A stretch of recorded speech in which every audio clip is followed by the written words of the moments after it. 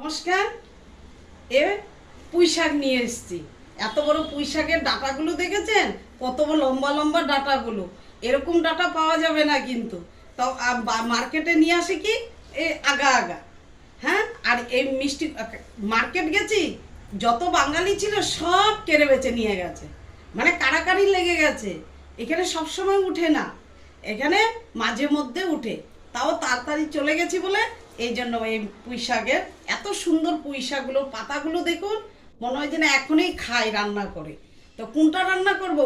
পুঁই শাক রান্না করব নাকি কুমড়ো ডাঁটা রান্না? মানে মার্কেট গেছি, সে মানে এমন লাগছে মানে দুইটাকে যে আমি নিয়ে যাব, কিন্তু সবসময় পাওয়া যাচ্ছে না। তো তো এই জন্য আমি দুইটাই সাথে নিয়ে চলে এসেছি। রেখে খাবো, ফ্রিজ আছে, সবার ঘরেই তো আজকাল ফ্রিজ আছে। সবজি আনলে তো আর নষ্ট হবে না, রান্না করতে জানলে তবে সবজি নষ্ট হবে না।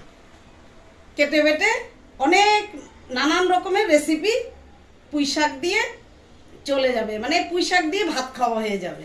পুঁই শাকের পাতা বড়া হয়, পুঁই শাকের ডাঁটা চচ্চড়ি হয়, হ্যাঁ পুস্ত, মানে নানান রকমের।